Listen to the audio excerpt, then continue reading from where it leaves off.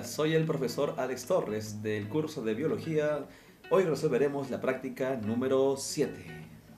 Número 1. Algunos herbicidas entran a las plantas vía las paredes celulares y espacios intercelulares de la epidermis y la corteza. Sin embargo, la endodermis posee una capa lignificada que obliga a todos los herbicidas a moverse por una vía que implica el transporte célula a célula por los plasmodesmos sin tener que pasar a través de la pared celular. Si hubiese un mecanismo que hiciera posible la ausencia de la banda de Caspari en estas plantas, los herbicidas ingresarían al xilema. Claro, el ingreso en la raíz, acá está la raíz, ¿no? Vemos un corte en el tejido de la raíz, ¿no? Acá está la epidermis, esta es la corteza y acá está la endodermis, ¿no? Con su banda de Caspari, que son paredes engrosadas, ¿no? Parcialmente, ¿no? Y viendo más grande, acá tenemos justamente la endodermis y la banda de Caspari. Entonces hay dos vías, ¿no? Por donde ingresa el agua o los herbicidas. La vía simplasto, que ingresa por dentro de las células y ahí está en contacto con la banda de Caspari, la vía simplasto, ¿no? Entonces la vía simplasto se retiene con la banda de Caspari, ¿no? O sea, la banda de Caspari regula el ingreso del agua o de los herbicidas. En cambio, la otra vía, apoplasto, esa vía ingresa por el espacio entre las células, ¿no? El espacio entre las dos células, el espacio intercelular. Claro, y esa vía, apoplasto, no hace contacto con la banda de Caspari, ¿no? Entonces, la vía apoplasto va a ingresar directamente hacia el xilema, ¿no? Que es el vaso que lleva el agua o los herbicidas. Por lo tanto, ¿no? Entonces la ausencia de la banda de Caspari en las plantas, los herbicidas ingresarían al xilema por la vía apoplasto, ¿no? Por esta vía apoplasto donde no interviene la banda de Caspari, ¿no? Por lo tanto, la clave sería la letra E. Número 3. Según la teoría del arrastre por transpiración, la pérdida en el proceso de transpiración proporciona la energía necesaria que permite el arrastre de las moléculas hacia las hojas. Claro, es decir, ¿no? La teoría del arrastre por transpiración implica que la planta va a transpirar, ¿no? El sol. Entonces es el mecanismo principal responsable que la planta pierda agua y de esa manera el agua es absorbida por una corriente, ¿no? Que ingresa por los pelos absorbentes. O sea, acá tenemos el mecanismo de tensión, adhesión, cohesión, ¿no? Cómo el agua va a subir por la planta en el xilema hasta las hojas. O sea, el agua, ¿no? Va a ingresar porque va a haber una pérdida de agua, ¿no? El agua sale de las hojas por la transpiración. Entonces la respuesta 3 es la clave, el agua, o sea, clave C. Número 5. Roberto tiene un sentimiento amoroso hacia Julia y cuando se encuentra junto a ella es inevitable la ocurrencia de algunas reacciones físicas y químicas que le hacen sentirse bien. Algunas de esas reacciones incluyen la liberación. Tenemos el corazón, que es el responsable de transmitir, ¿no? Todo el flujo, bueno, el transporte, el bombeo de la sangre, ¿no? En el cuerpo. Entonces el corazón, ¿no? Cuando Roberto tiene un sentimiento amoroso hacia Julia, ¿no? El corazón empieza a latir más rápido, ¿no? El cerebro es el que va a permitir, ¿no? Que el corazón también trabaje, ¿no? Pero el corazón es miogénico, o sea, tiene su propio sistema de latido. Eso se llama sistema nodal, ¿no? Empieza acá en el nódulo aurículo ventricular o marcapaso también se le llama. De ahí va a empezar la frecuencia cardíaca. Claro, es regulada por el bulbo raquídeo, ¿no? Pero de acá es responsable donde el corazón pueda latir por sus propios medios. Entonces, el corazón empieza a latir, ¿no? Porque se libera, ¿no? Algunas hormonas o neurotransmisores. Y la frecuencia cardíaca va a aumentar, ¿no? Hasta de 70 veces por minuto, puede aumentar hasta unos 100 latidos o 120, etcétera, ¿no? Dependiendo, ¿no? Por lo tanto, cuando ese sentimiento afluye en Roberto, ahí aumenta la norepinefrina. Es una hormona que hace que el corazón se active, o sea, lata más rápido, ¿no? La norepinefrina hace que la frecuencia aumente. Por lo tanto, 5, la clave es el aumento de norepinefrina y frecuencia cardíaca encima de las 70 veces por minuto, o sea, eso se llama taquicardia. 5, la clave A.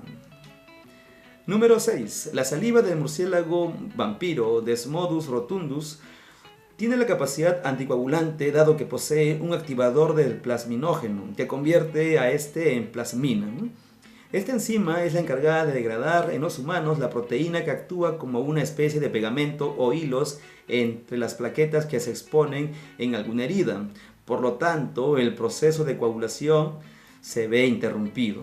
Sí, entonces acá vemos, ¿no?, el proceso de la coagulación, donde cuando hay una lesión en el vaso, las plaquetas empiezan a trabajar, ¿no? Las plaquetas son las que actúan en la coagulación sanguínea.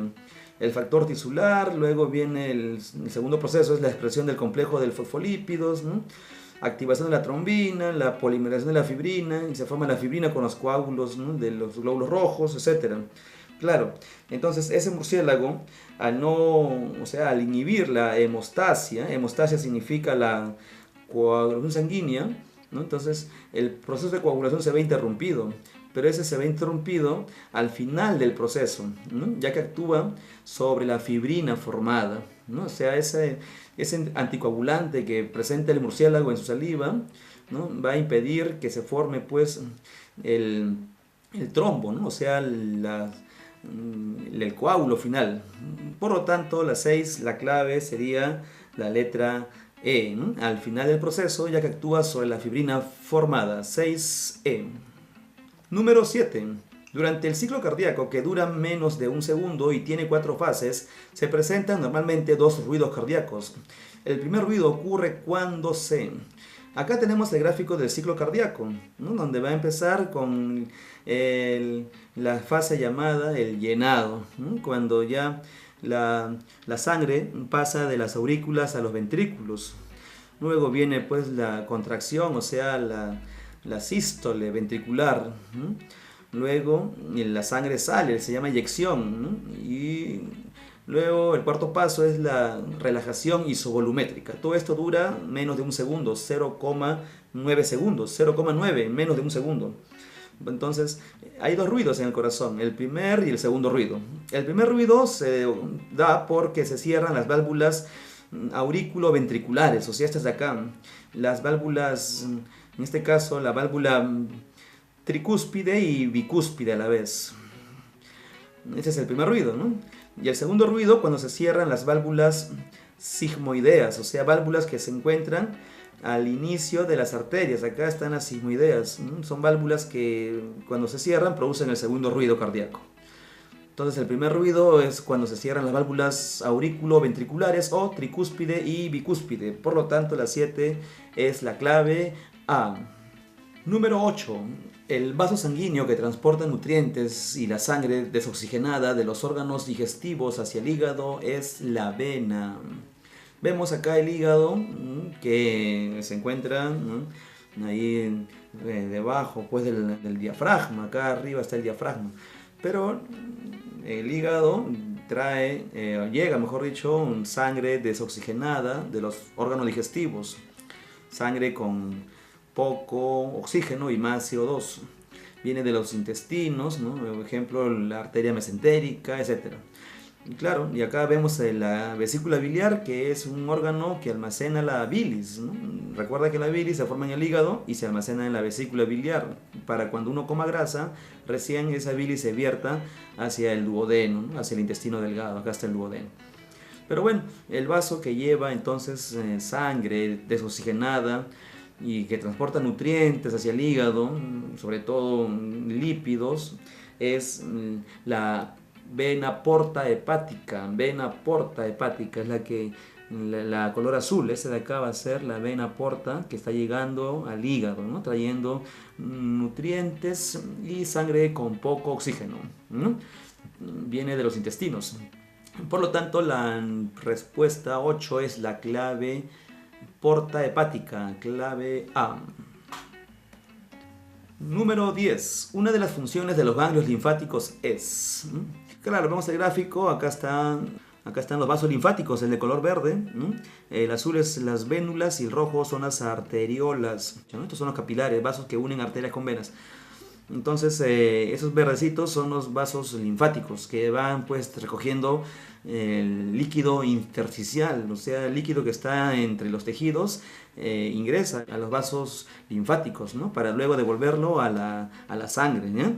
También dentro hay pues presencia de ácidos grasos, etc. Entonces, una de las funciones de los ganglios. Un ganglio es un conjunto, acá vemos en el gráfico un ganglio, ¿no? Un ganglio es el conjunto donde se unen los vasos linfáticos, ¿no? Ese es un ganglio linfático. La letra A, producir glóbulos blancos. No, en los ganglios no se forman los glóbulos blancos, sino esos blancos se forman en la médula ósea, ¿no? En la médula ósea roja, en los huesos. La B, permitir la absorción de ácidos grasos. No, la absorción de esos grasos se da pues gracias a los vasos linfáticos, los vasos, no en los ganglios, ¿no? Vasos linfáticos que recogen los ácidos grasos del intestino delgado. La C, actúan como filtro de materia particulada. Sí, efectivamente, los ganglios son filtros, ¿no? Que van ahí a retener las impurezas o sustancias que no sirven. ¿Ya? O sea, la D, a ver, producir la linfa, ¿no? La linfa, no produce la linfa, pues, ¿no? La linfa más bien está formándose en lo que es algunos tejidos también, ejemplo, el moro también, ¿no? El ser el centro de coagulación, no, en los ganglios no se forma, no se realiza la coagulación sanguínea, ¿no? Eso se da pues en los vasos lesionados. Por lo tanto, la 10, la clave es actuar como filtro de materia particulada. 10, clave C. Número 15. Durante la formación de orina, las sustancias que pasan de la sangre al filtrado por un proceso de transporte activo son... Claro, la orina se forma en los riñones por 3 pasos. Uno es filtración, que ocurre acá en el corpúsculo renal. Segundo, la reabsorción, que ocurre en los túbulos renales, ¿no? Acá están los túbulos renales. Y tercer paso, ese se llama la secreción, ¿no? O sea, primero es entonces la filtración, segundo paso es la reabsorción, ¿no? Que ocurre en los vasos, en los túbulos renales, y tercero la secreción, ¿no? Acá vemos que ocurre pues en los tubos contorneados, el distal, por ejemplo, la secreción. Entonces, esa secreción se realiza mediante transporte activo, ¿no? ¿Quiénes se secretan? Ahí está pues la creatinina, la urea y el ácido úrico, por ejemplo. Ya por lo tanto, la 15 es la clave B. Bueno, eso ha sido todo por hoy. No se olviden de comentar, darle me gusta y suscribirse.